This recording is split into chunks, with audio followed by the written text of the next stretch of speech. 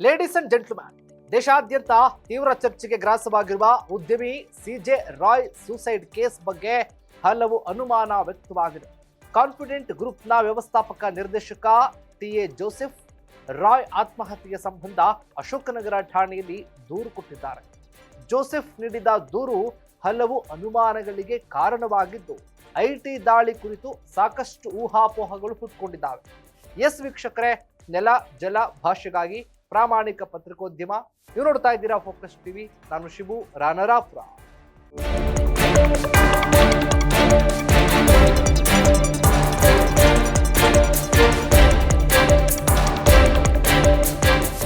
Confident ಗ್ರೂಪ್ನ ಸಂಸ್ಥಾಪಕ CJ Roy ಲಾಂಗ್ಫೋರ್ಡ್ ಟೌನ್ನಲ್ಲಿರುವ ತಮ್ಮ ಕಚೇರಿಯಲ್ಲಿ ಗುಂಡು ಹಾರಿಸಿಕೊಂಡು ಉಸಿರು ಚೆಲ್ಲಿದರು. ಈ ಘಟನೆ ಬಗ್ಗೆ ಎಲ್ಲೆಡೆ ಐಟಿ ದಾಳಿಯ ಒತ್ತಡದಿಂದ ಸಾವನ್ನಪ್ಪಿದ್ದಾರೆ ಎಂಬ ಮಾತುಗಳೇ ಕೇಳಿ ಬರ್ತಾ ಇದ್ದಾವೆ.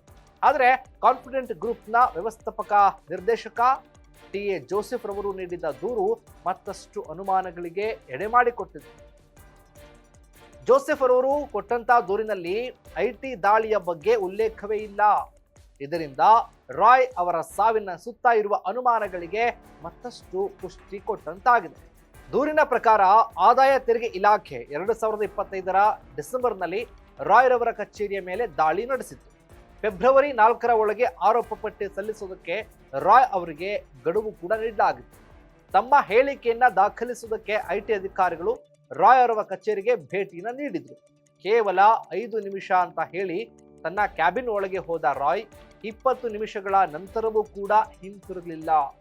ಬಾಗಿಲು ಒಡೆದು ನೋಡಿದಾಗ ಗುಂಡು ಹಾರಿಸಿಕೊಂಡಿರೋದು ಕಂಡು ಬಂದಿತ್ತು. ತಕ್ಷಣವೇ ಆಂಬ್ಯುಲೆನ್ಸ್ ಅನ್ನ ಕರೆಸಿದ್ವಿ ಅನ್ನುವಂಥದ್ದನ್ನ ದೂರಿನಲ್ಲಿ ಉಲ್ಲೇಖಿಸಿದ್ದಾರೆ. ಆದರೆ ರಾಯ್ ಸಾವಿನ ಬಳಿಕ ಅವರ ಕುಟುಂಬವೂ ಕೂಡ ಸೇರಿದಂತೆ ಕೆಲ ರಾಜಕಾರಣಿಗಳು ಕೂಡ ಐಟಿ ಅಧಿಕಾರಿಗಳನ್ನೇ ದೂರಿದ್ದಾರೆ. ಐಟಿ ದಾಳಿಯಿಂದ ರಾಯ್ ರವರು ಕಂಗೆಟ್ಟಿದ್ರು, ಐಟಿ ದಾಳಿ ಒತ್ತಡದಿಂದಲೇ ಕೂಡ ಆತ್ಮಹತ್ಯೆ ಮಾಡಿಕೊಂಡಿದ್ದಾರೆ ಅಂತ ದೂರಲಾಗ್ತಾ ಇದೆ. ಹಾಗಿದ್ರೂ ಜೋಸೆಫ್ ರವರು ಐಟಿ ದಾಳಿಯ ಬಗ್ಗೆ ದೂರಿನಲ್ಲಿ ಮಾಹಿತಿಯನ್ನ ನೀಡದೇ ಇರೋದು ಸಾಕಷ್ಟು ಅನುಮಾನಗಳನ್ನ ಹುಟ್ಟು ಹಾಕ್ತಾ ಇದೆ. ಒಟ್ಟಿನಲ್ಲಿ ಯಾವ ಒತ್ತಡ ಸಿಜೆ ರಾಯ್ ರವರನ್ನ ಆತ್ಮಹತ್ಯೆಯನ್ನ ಮಾಡಿಕೊಳ್ಳುವಂತ ನಿರ್ಧಾರಕ್ಕೆ ತೆಗೆದುಕೊಂಡು ಹೋಗಿರಬಹುದು ಅನ್ನೋದು ಸಮಗ್ರ ತನಿಖೆಯ ನಂತರವೇ ಗೊತ್ತಾಗಬೇಕಾಗಿದೆ. ಇದಾಗಿತ್ತು ಫೋಕಸ್ನ ಸ್ಪೆಷಲ್ ರಿಪೋರ್ಟ್. ನೆಲ ಜಲ ಭಾಷೆಗಾಗಿ ನೋಡ್ತಾ ಇರಿ ಫೋಕಸ್ ಟಿವಿ.